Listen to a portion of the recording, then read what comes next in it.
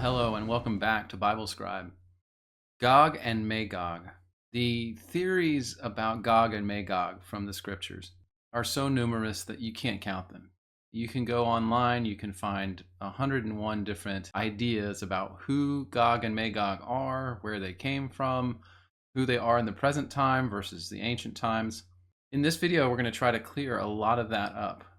I have found a lot of references to Gog and Magog throughout history, a lot of information that may shed light on who Gog and Magog really are. It may shed light on when the battle talked about in Revelation chapter 20 will occur. There's a few things that come out of this research that may be interesting. I'll start by just reading the verses in Revelation chapter 20 that speak about Gog and Magog. It's in chapter 20, verses 7, 8, and 9. And when the 1,000 years are expired, Satan shall be loosed out of his prison, and shall go out to deceive the nations which are in the four corners of the earth, Gog and Magog, to gather them together to battle, the number of whom is as the sand of the sea. And they went up on the breadth of the earth, and compassed the camp of the saints about, and the beloved city. And fire came down from God out of heaven and devoured them. So first, let's talk about the main theory that people usually have about Gog and Magog. And that, of course, corresponds with a futuristic understanding of end times prophecy, a future understanding of eschatology. Premillennial dispensationalists, Protestants, will say that the Gog and Magog army is one that will be revealed in the future. 9 out of 10 scholars in that arena think that it is Russia. And Russian military is talked about in very negative terms as the military that will come from the north, as the scriptures talk about. That the world will unite under a one world government with one single ruler, and that would be the Antichrist. And that Russia is this Gog and Magog army, and their armies will come from the north, surrounding Jerusalem in an attempt to destroy it. And that then at that time, God would rain fire on them from heaven. That, of course, is the mainstream understanding of the Gog and Magog story in Christianity today. And then I came along a while back and I had another theory on this. The theory that the Gog-Magog army had to do with the First Crusade.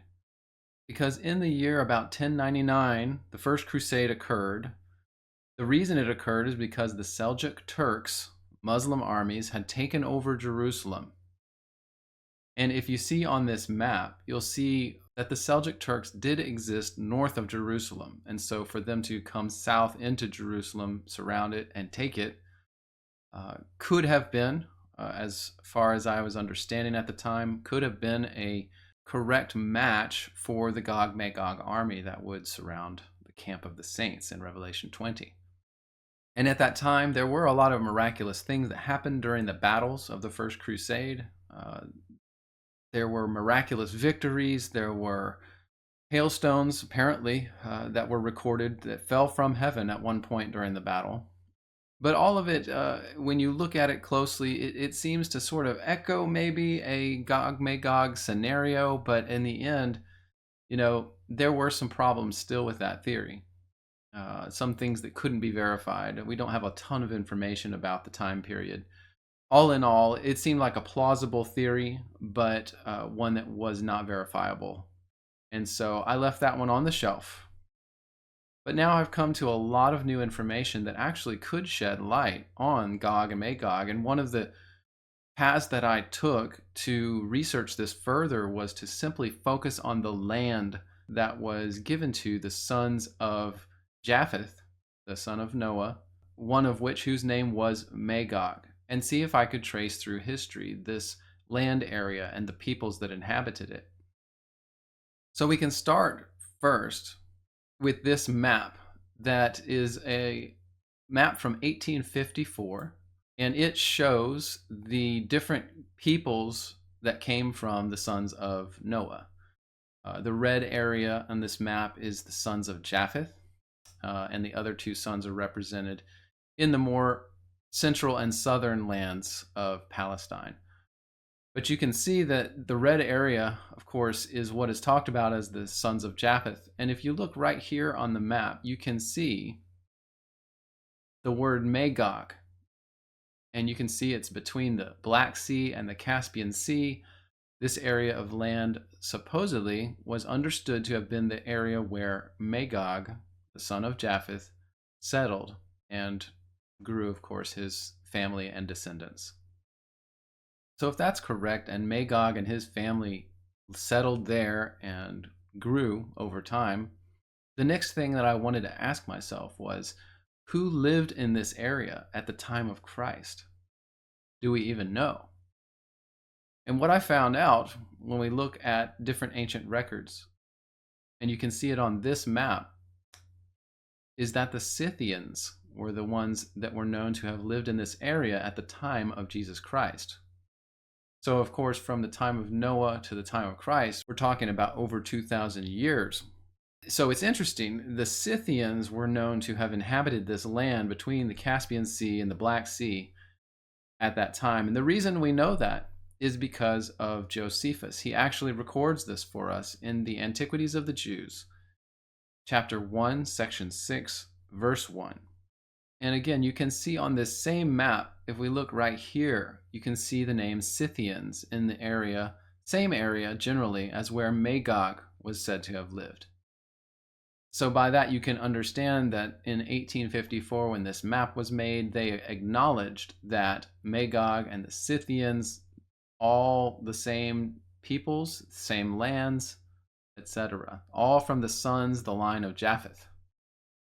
So then the question became to me, well, if I know now that Magog inherited this land north of Jerusalem, and that later on when Jesus walked the earth, it was the Scythians that controlled the lands there, then I asked myself, well, who is there now? What is in this place now?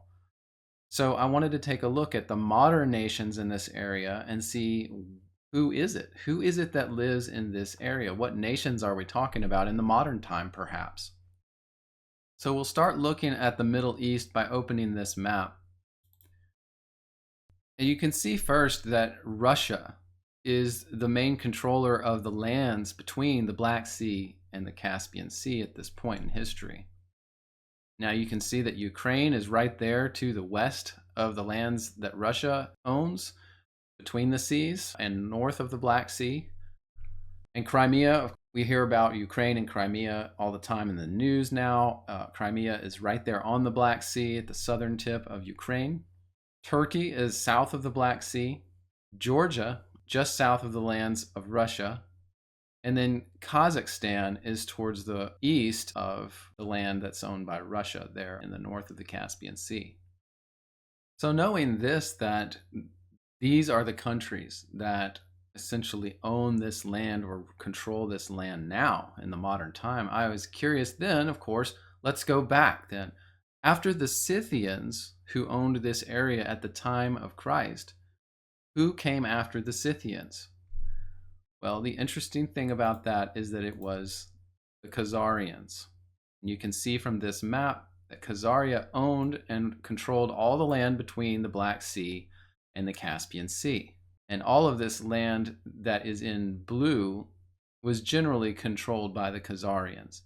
So everything we currently call parts of Russia, Ukraine, Kazakhstan, and Georgia, all of those areas were at this time, 600 years after Christ, and during the Middle Ages specifically, Khazaria controlled all of this land. And you can see on this map, this is a map of the different countries of the time frame of the First Crusade, around 1097.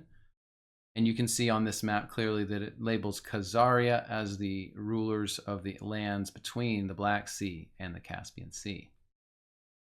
So now we're starting to pinpoint throughout history who owned this swath of land. So we know that the Scythians owned this land at the time of Christ. And after that, it seems like the Khazarian Empire took over this land.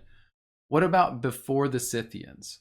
Well, what we know from the Bible In verse 5 of 1 Chronicles 1, it says, "The sons of Japheth, Gomer and Magog, and Madai, and Javan, and Tubal, and Meshech, and Tiras." And so we know that from the Bible, this Magog was the son of Japheth, and that all the sons of Japheth inherited these different lands to the north of Israel. And if we go back to this map, you can see the different names of these sons of Japheth. You see Gomer in two different places. You see Magog, as we showed before. You see Madai. You see Tiras. And you see Tubal. So as you can see, the different sons of Japheth were distributed along all these northern lands, including the area where Magog was said to have settled. And this map shows that just a little more clearly. You can just see that they were all distributed along these northern lands from Palestine. And one of the things you may recognize here too from the green area that is shown on this map is Ashkenaz. Ashkenaz was a son of Gomer, the son of Japheth. And this is where the name Ashkenazi comes from when we're talking of the Ashkenazi Jews. So what does all of this have to do with Gog and Magog, though? They may not have even been the same people anymore after all of this, right? Obviously, though, we have found that at the time of Noah's descendants after the flood, that this was definitely the land of Magog, Japheth's son, and the Ashkenazi, and all of these different groups. The Scythians at the time of Christ, and then the Khazarians after that in the Middle Ages. So I asked myself at this point, who are the Scythians? Who is this group? Is it the same group? Is it different? How would we know? Well, as I mentioned before, Josephus told us about this in the Antiquities of the Jews, chapter 1, section 6, verse 1. He says this: "For Gomer founded those whom the Greeks now call Galatians, the Gauls, but were then called Gomerites, after Gomer, who was one of Japheth's sons. Magog," he says, "founded those that from him were named Magogites, but who are called by the Greeks Scythians." So now we know where the Scythians came from. They were the Magogites. Now as to Javan and Madai, the sons of Japheth, from Madai came the Medians, who were called the Medes by the Greeks.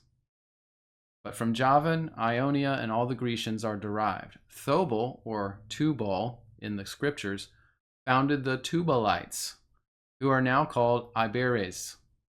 And the Mosheni were founded by Moshach, or, of course, in the scriptures, that's Meshech. Now they are the Cappadocians. So Josephus gives us the identities of all of these people, including the Scythians. They were all the Japhethites, the sons of Japheth. And the Scythians were specifically the Magogites. And so we know their exact identity. We have no question about that anymore. So at the time of Christ, the Scythians who lived in this northern region between the Caspian and the Black Sea were the Magogites. So it seemed to me after studying the Scythians and that they controlled this entire land area. And it was the exact same land area that the Khazarians controlled during the Middle Ages, from the 600s to the 800s, and even past that into the 11th century or so. That the Scythians and the Khazarians must have been the same people. They simply had a different name. The Khazarian name sounds like more of a Persian name, while the Scythians is a Greek name. That is the reason for that discrepancy in the name, but it's the same group of people. The Scythians became the Khazarians.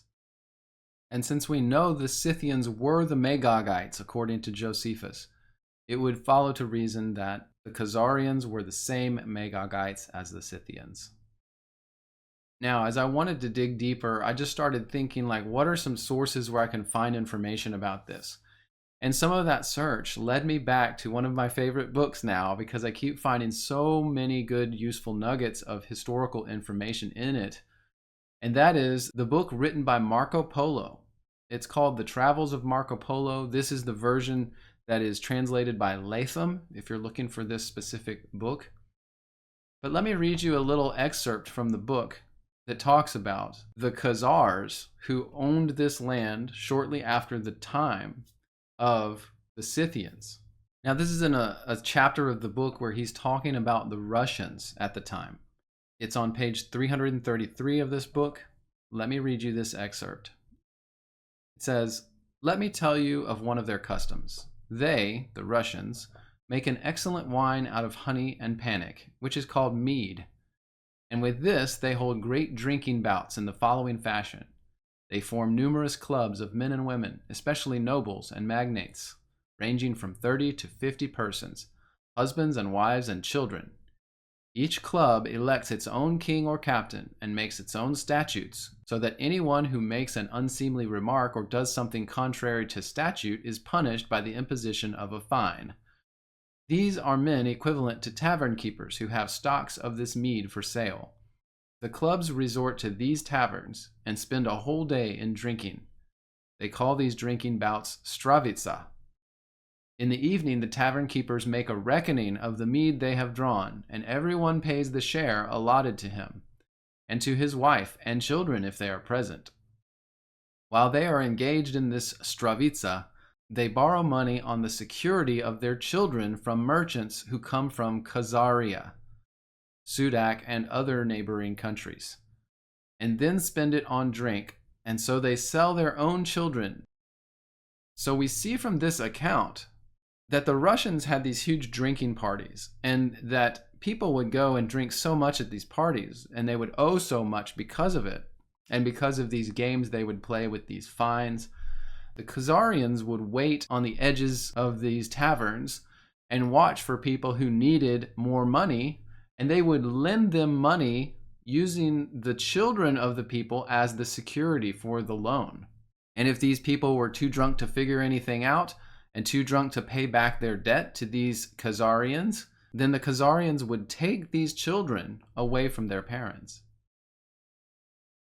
I continued my study on the Khazarians because there was so much good information I started finding about these people that controlled this area that was the land of Magog. Ibn Fadlan, a well-known Arab merchant and traveler in the 8th century, states that the Khazars and their king are all Jews.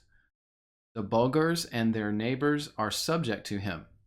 They treat him with worshipful obedience. Some are of the opinion that Gog and Magog are the Khazars.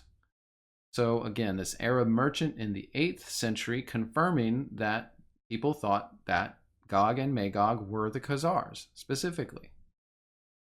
The Talmud itself makes reference to Ashkenaz, which of course harkens back to Ashkenaz, the son of Gomer, the son of Japheth.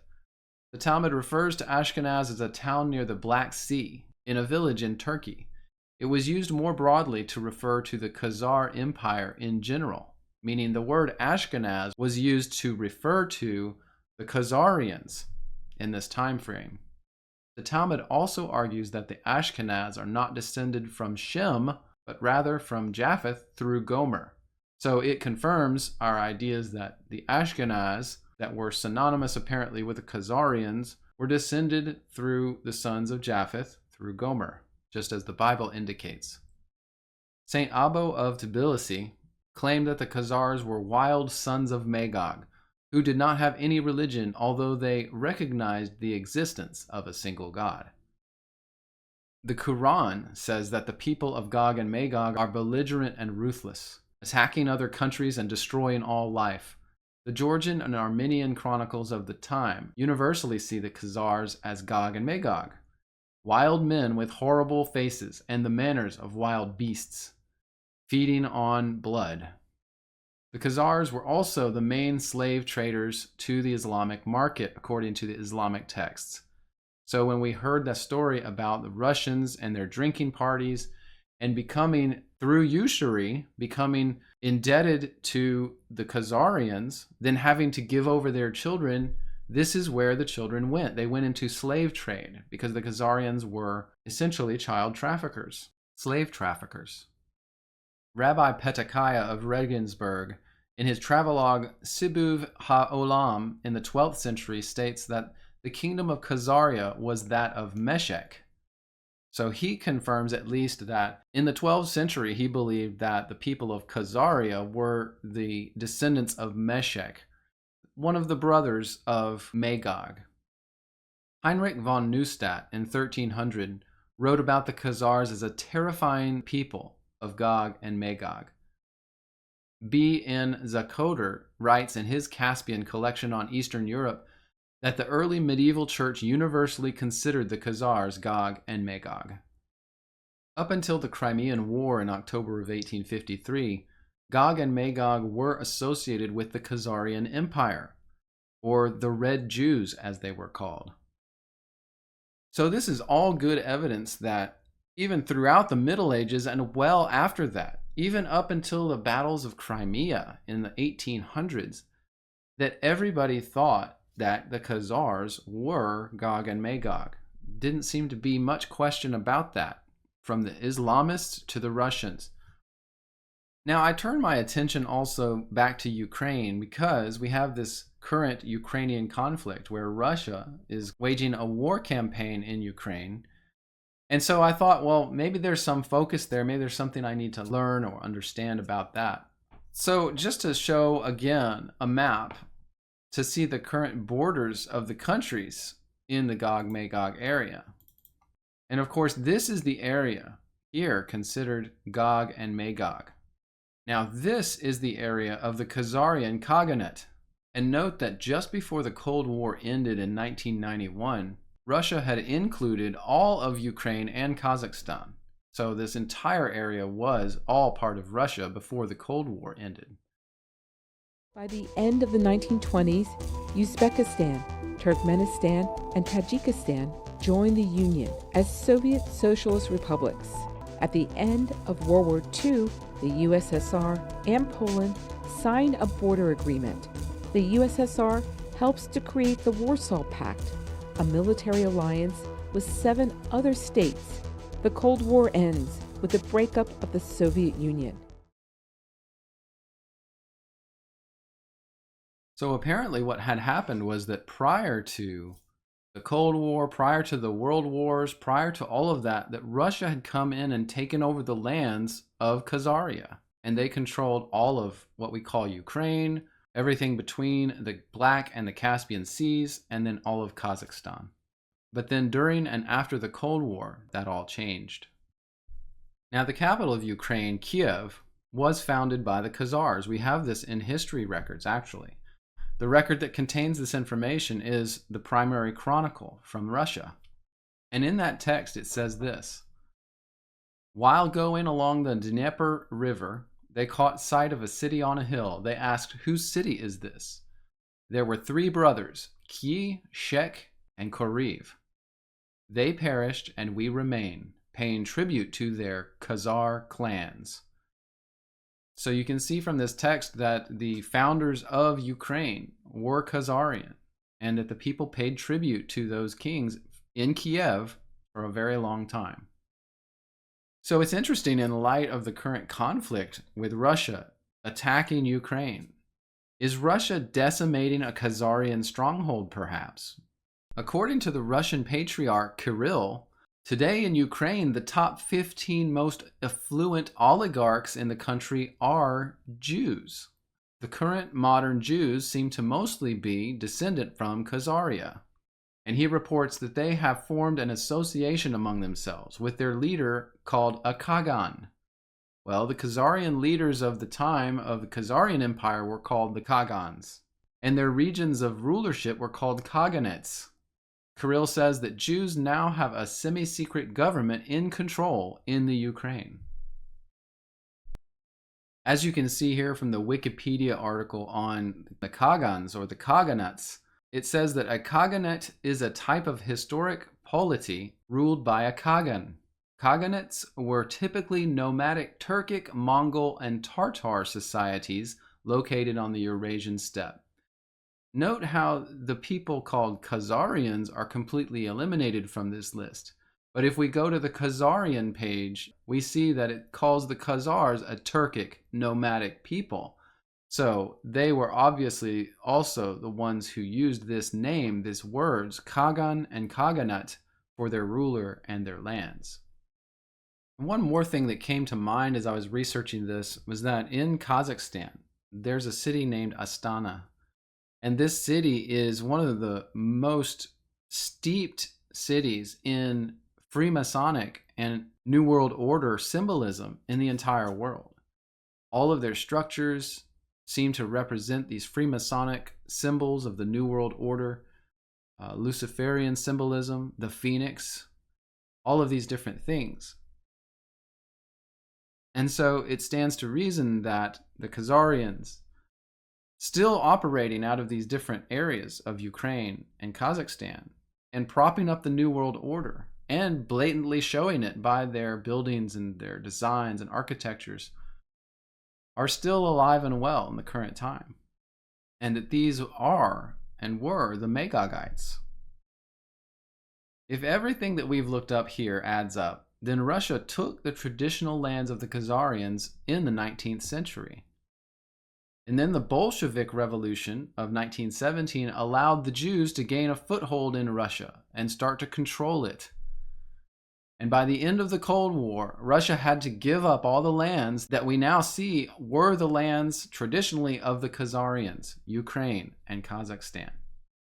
Now, in the Russian-Ukraine conflict of 2022 that continues until today, it seems that they will be taking back a large portion of that land again.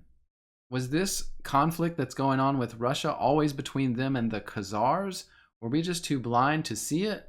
It obviously was not taught to us, and it obviously wouldn't be said in the news media if this was the case.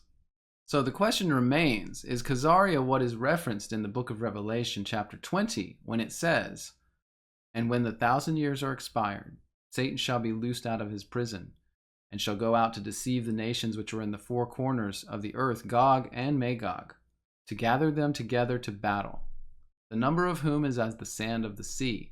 And they went up on the breadth of the earth, and compassed the camp of the saints about, and the beloved city, and fire came down from God out of heaven, and devoured them."